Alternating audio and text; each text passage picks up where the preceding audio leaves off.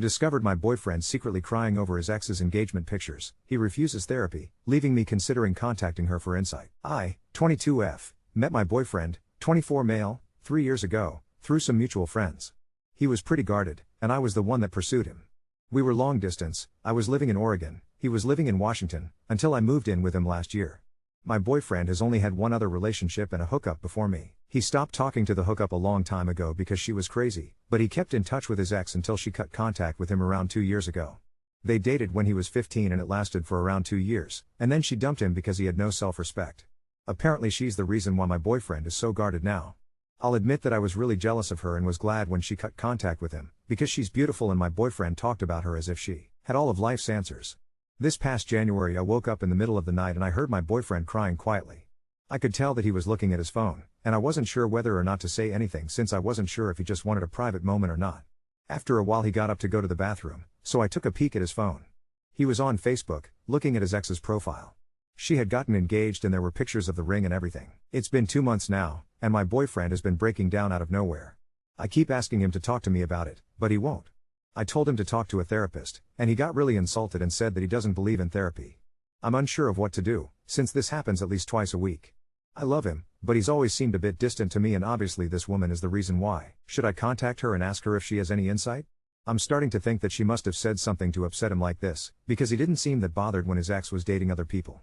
Update 1. I called my dad and asked him to help me move back home. These last 2 days have been really emotional.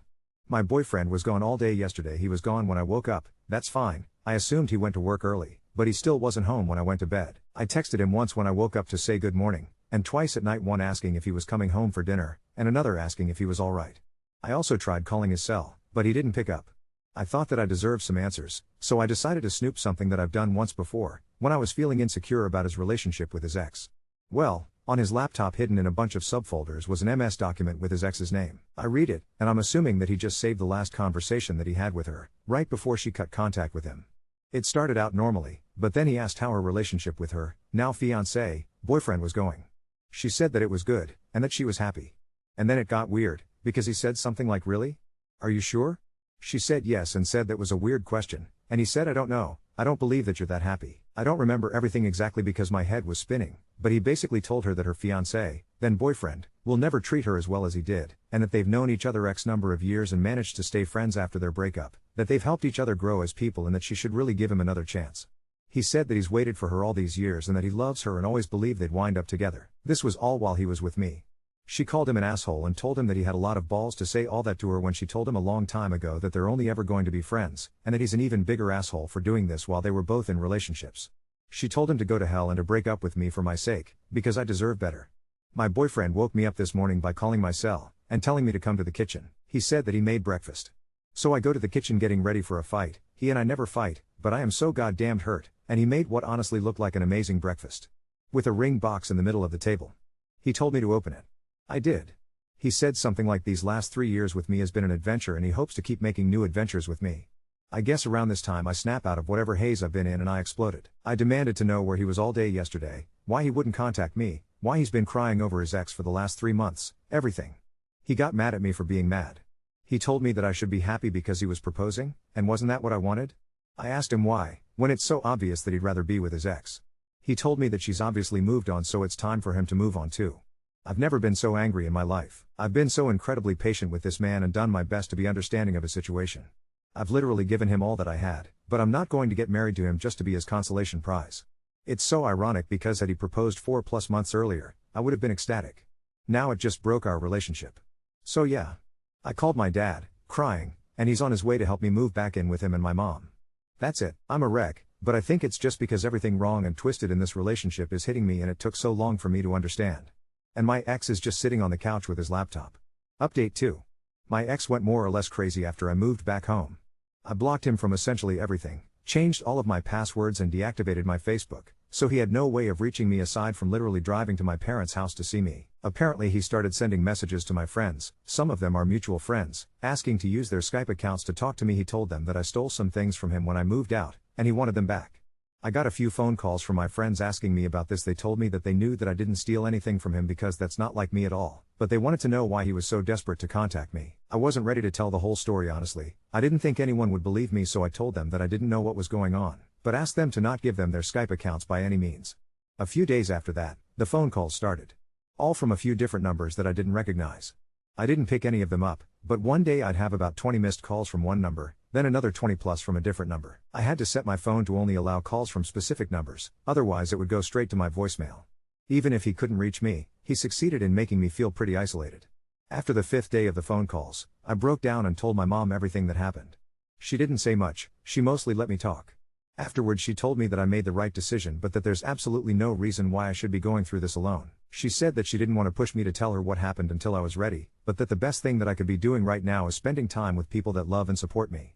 So after going with me to get my phone number changed, she encouraged me to start calling my friends and telling them what happened, and to just hang out with them more in general. I had it stuck in my head that everyone would side with my ex and tell me that I made a terrible mistake, that his intentions were good, and I blew things out of proportion by insinuating that he only proposed because his ex-girlfriend got engaged. But I was actually overwhelmed by my friends' responses. Apparently my ex had been telling everyone that we broke up because I had major jealousy issues over his ex, but once they heard my side of the story, I was actually shocked by how many of them said that it made sense. They've all told me that I've done the right thing and that they'd back me up no matter what. I just felt this huge sense of relief and have been making an effort to go out more. I will be honest, though. There are times where I wonder if I was wrong. Sometimes I think that maybe my ex had been grieving over his old relationship and proposing to me was his way of starting over. Sometimes I think that I turned down the only marriage proposal that I'll ever get. And sometimes I think that maybe I should have accepted, because I loved him, and you don't often find people that you truly love. But then on the days that I'm feeling wiser, I remind myself of how bizarre our last few weeks together were, how I always knew deep down that I was second best for him. And how he's been behaving since we broke up. I've never seen him so unstable. He was always so calm and logical, so this is completely new to me. I know deep down that I did the right thing, but sometimes what you know in your head and feel in your heart are so completely different. So, that's basically it. I'm just going through the motions, and I'm going to make an appointment with a therapist. Update 3. First, my ex mailed me the engagement ring that he bought shortly after my last update. I didn't know what to do with it. I wasn't sure if the ring was what he had been claiming that I stole. I also felt weird about mailing it back, because what if he claimed that he never got it? So my dad volunteered to personally deliver the ring back to him. I don't know if anything was said when my dad brought it back, and I never asked. Second, I heard from some friends that 2 weeks ago, my ex bought a ticket and flew to NYC to try and talk to his ex. Somehow he found out the name of the company that she worked for, looked up its location, and waited in front of the building all day. I have no idea what happened, but apparently there aren't any signs of her coming back, so I'm assuming that it didn't go very well. I can't believe that he did that. And I can't believe that I dated someone that was that crazy for 3 years. But I suppose it helps every time that I hear about something like this, because it reinforces the fact that I did the right thing. I met with 2 therapists. I wasn't a huge fan of the first one. Every time that I said something, he'd ask, "And how do you feel about that?" No feedback or suggestions whatsoever. At the end he suggested that I was depressed and might want to consider a few different medications. I don't intend on seeing that guy again. I met the second one last week though, and I liked her a lot. She told me that she doesn't think that I need to see her regularly, but to feel free to make appointments whenever I'm feeling especially down or stressed, so I think I'll do that. A few people asked why I wanted to see a therapist in my last post because I seemed to be doing the right things. Well, the problem was that even though I knew I was doing the right thing, I didn't necessarily feel that they were right. I still doubted myself, and I felt like a different person than I used to be. Prior to this mess I was always very optimistic and happy in general. I always tried to make the best of things, but at the time of my last post, I felt down, and even though I was making an effort to see friends, I wasn't really enjoying it. Anyway, this brings me to where I am now. I started a paid internship, with the chance of getting hired full-time, almost a month ago, and I love it. I love the people, the work itself, and the fact that I'm getting back into a routine. And I'm a little embarrassed to say that I'm attracted to the guy that hired me, who's about my age. There's nothing going on, and I'm definitely not ready or willing to be in a relationship. It's simply the fact that he is the nicest, best-mannered person that I've ever met. He's always positive, polite and smiling, so it's impossible not to be in a good mood around him. So it's not that I think my next relationship should be with him, or that I have feelings for him. It's just that I've realized that the type of person that I should be looking for is someone that makes me feel good, just by being around them. I don't give much thought to my ex anymore. Hi, everyone. I wanted to give another update because so much has happened in the last few months, and it's honestly crazier and more unexpected than I could have ever imagined, in both bad, confusing, and surprisingly good ways. The unexpected DM she messaged me on Instagram. It was a short, cautious message. "Hey, I think you dated X's name. I hope this isn't weird, but do you have 5 minutes for a call?" There's something I want to talk to you about. I won't lie. My stomach dropped. I stared at the little message dot for a full 20 minutes. But I finally replied, mostly because who can resist the universe when it serves up that much mysterious tension? It turns out that she'd heard about his impromptu NYC visit, her words, not mine, and very much in quotes. She was shaken and said she'd heard through a friend of a friend that we'd broken up in a messy way. She wanted, mostly, to ask if I was okay. At first, I was ballistic inside, like, why ask now? She explained that he had apparently sent her a long, rambling email about me after his trip to NYC didn't go his way, talking about his loss of direction and how he messed up both of the best things in his life. She told me she'd been honest with her fiancé and blocked my ex on absolutely everything. But she said, he seems lost. Just take care of yourself. That kind of person always tries to find another path back in. Her reaching out, so out of the blue, made me feel like my entire perception of this weird saga shifted. I felt validated but also oddly sad, almost nostalgic. We didn't get super deep, but she told me she'd always felt guilty for not being clearer with him in the past, and that she hopes I heal and meet someone who makes me feel like I'm at home where I am. She was very kind, which I did not expect. The return of the ex, yes, again, a little over a week after that, there was drama at my new job. Our receptionist told me that a man with brown hair who claimed to be my fiancé tried to come up to the office and left a letter addressed to me. Luckily, no one let him up. Inside was a letter, handwritten, no less, just when you think he can't get more dramatic. It was not angry or threatening, it was a last letter kind of thing. The words "I miss you" appeared at least 11 times, which I counted while simultaneously rolling my eyes and getting angry. He rambled about how he understands we'll never speak again and that what happened in NYC clarified a lot. He said he was taking time to be alone and reflect and, honestly, there was an unsettling tone. It felt both apologetic and frantic, like a person trying to tie off the past while spinning around in a storm. I didn't respond, and I made sure HR flagged him for security. He hasn't shown up again. An unexpected twist, the engagement ring. Remember the ring? I recently learned from a mutual friend, one of the few left, that my ex listed the ring for sale online, but wrote in the post that it was never used. Bad juju. A stranger messaged me, my DMs are a magnet, apparently, asking if the story was true. Turns out, her friend is very into cursed objects and tracked the ring to my ex's listing. I let them have the scoop and, bless the universe, the ring is now with its new proud owner, who told me they plan to remove all bad vibes through a ritual. Honestly, fine by me.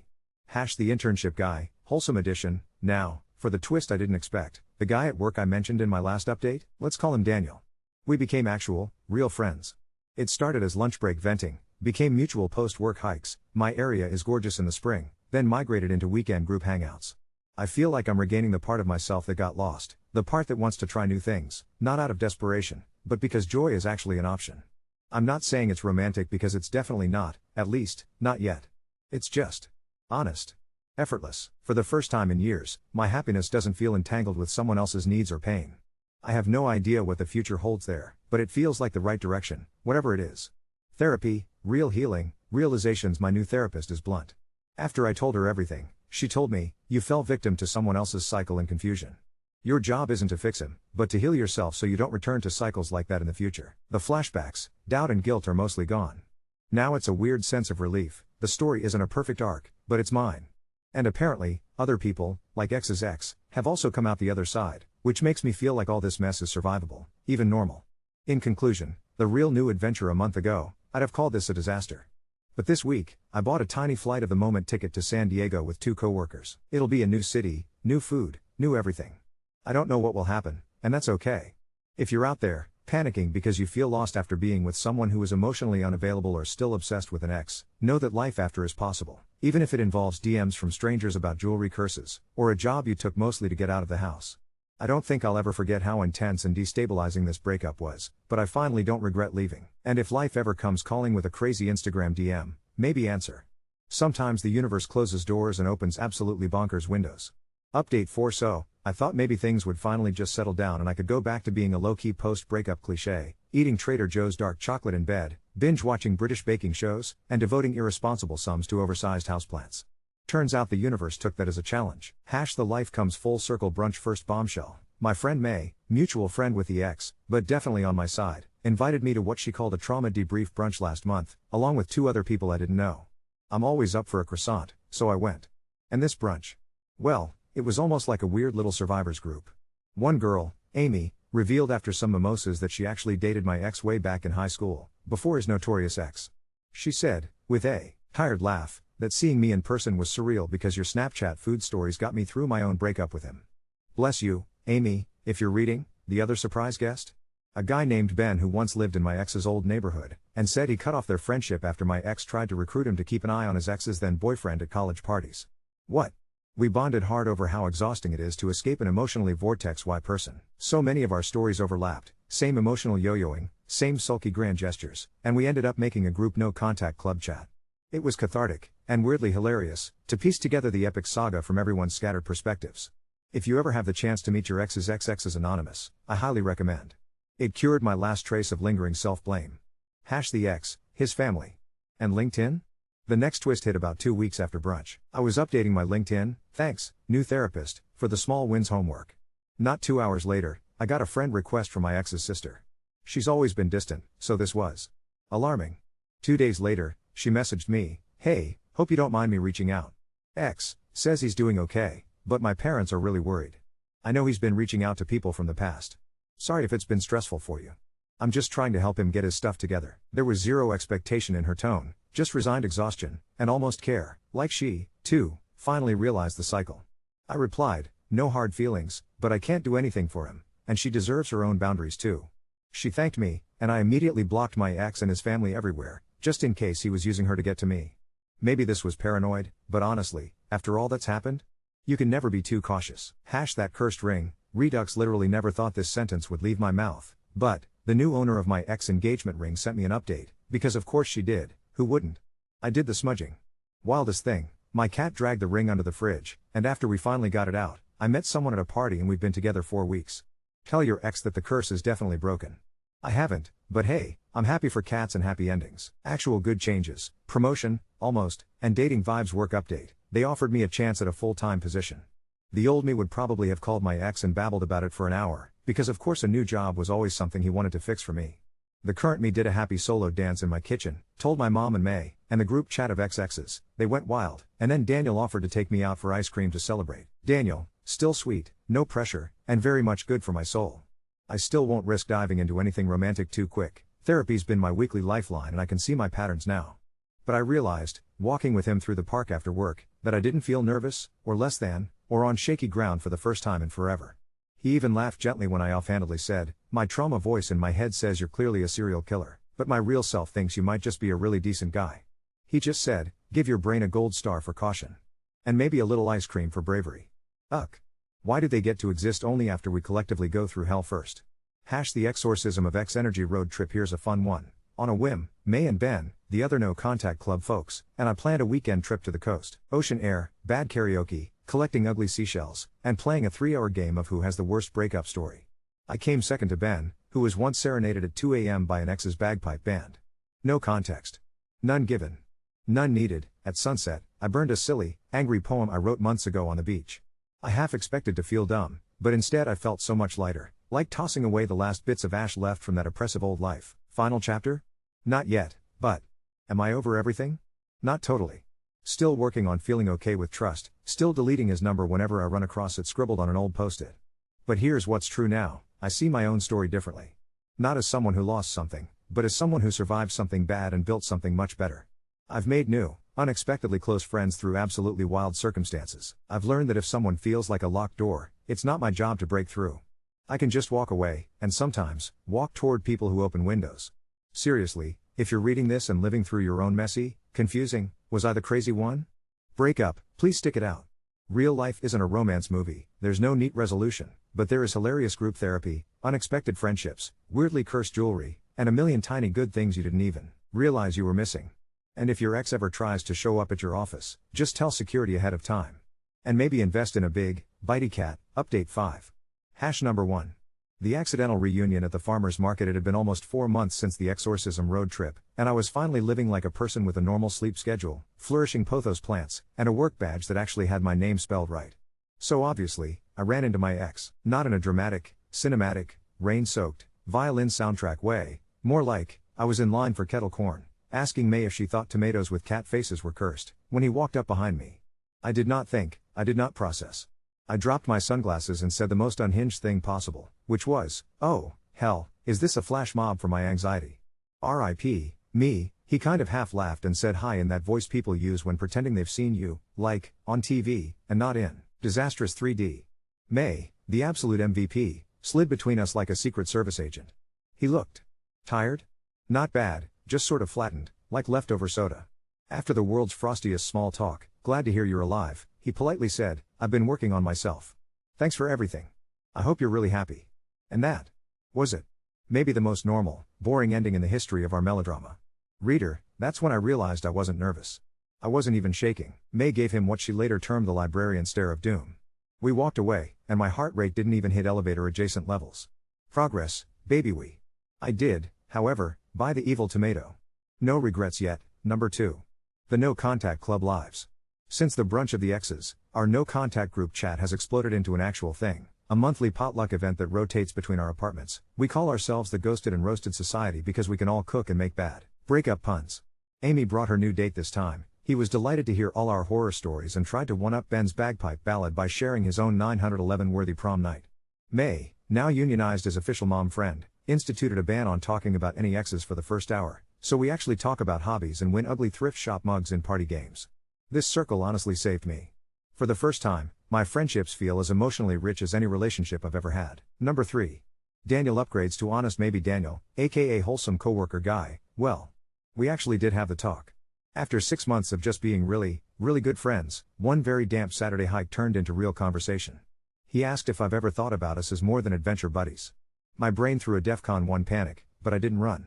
I just told him everything, how scared I was, how I almost didn't believe good guys existed, how I liked myself best when I was with him, but didn't want to mess up the best friendship I'd had in years. He said, and I quote, "I know you don't need to be rescued. I just like you, okay with the possibility it ends up being something. But if all you want is someone to roast marshmallows with, I'll stick around anyway." For someone who only ever dated broody secret keepers, hearing that offer felt like inhaling fresh air after living in a closet. We haven't put labels on anything yet, we just hang out, and it's gentle and EASY. No ring boxes, no grand declarations, no pressure to be someone I'm not. Sometimes it's as simple as that. Number 4. The Ring's legacy, really, this isn't over? Believe or not, the cursed ring's new owner, her name is Kat, because obviously, ended up on local news. Apparently, the cursed ring turned out to be part of a viral story about the luck-changing jewelry swap. She reached out again for my blessing after being asked to co-host a podcast about bizarre breakup tokens. I wish I were kidding. We had a totally surreal Zoom call. She's delightful, her new partner is hilarious and slightly terrified of the ring, and they now keep it next to a miniature gnome for insurance. If you Google Vancouver Cursed Engagement Ring Podcast, you'll probably find it. They changed my name, but my bad juju quote is immortal now. Maybe that's closure? Number 5, my ex's final act. One more plot twist, because of course, May texted me 2 weeks ago. Apparently, my ex is moving across the country for a totally new start. Someone spotted a social media post, leaving the past in the past. Working on myself. Wish everyone the best. No mentions of women, exes, or doomed engagement rings. It didn't sting. It didn't do anything, really. I just hope he truly is getting help now, away from all the old ghosts. Number 6, my new chapter for real. I got the job offer. It's official, I'm now a full-time staffer in a company not flooded by the ghosts of my early 20s. I signed a lease on my own apartment, bought a couch that's objectively too large for one person, and threw a housewarming party where the only drama was Ben's, truly horrifying, karaoke version of I Will Survive.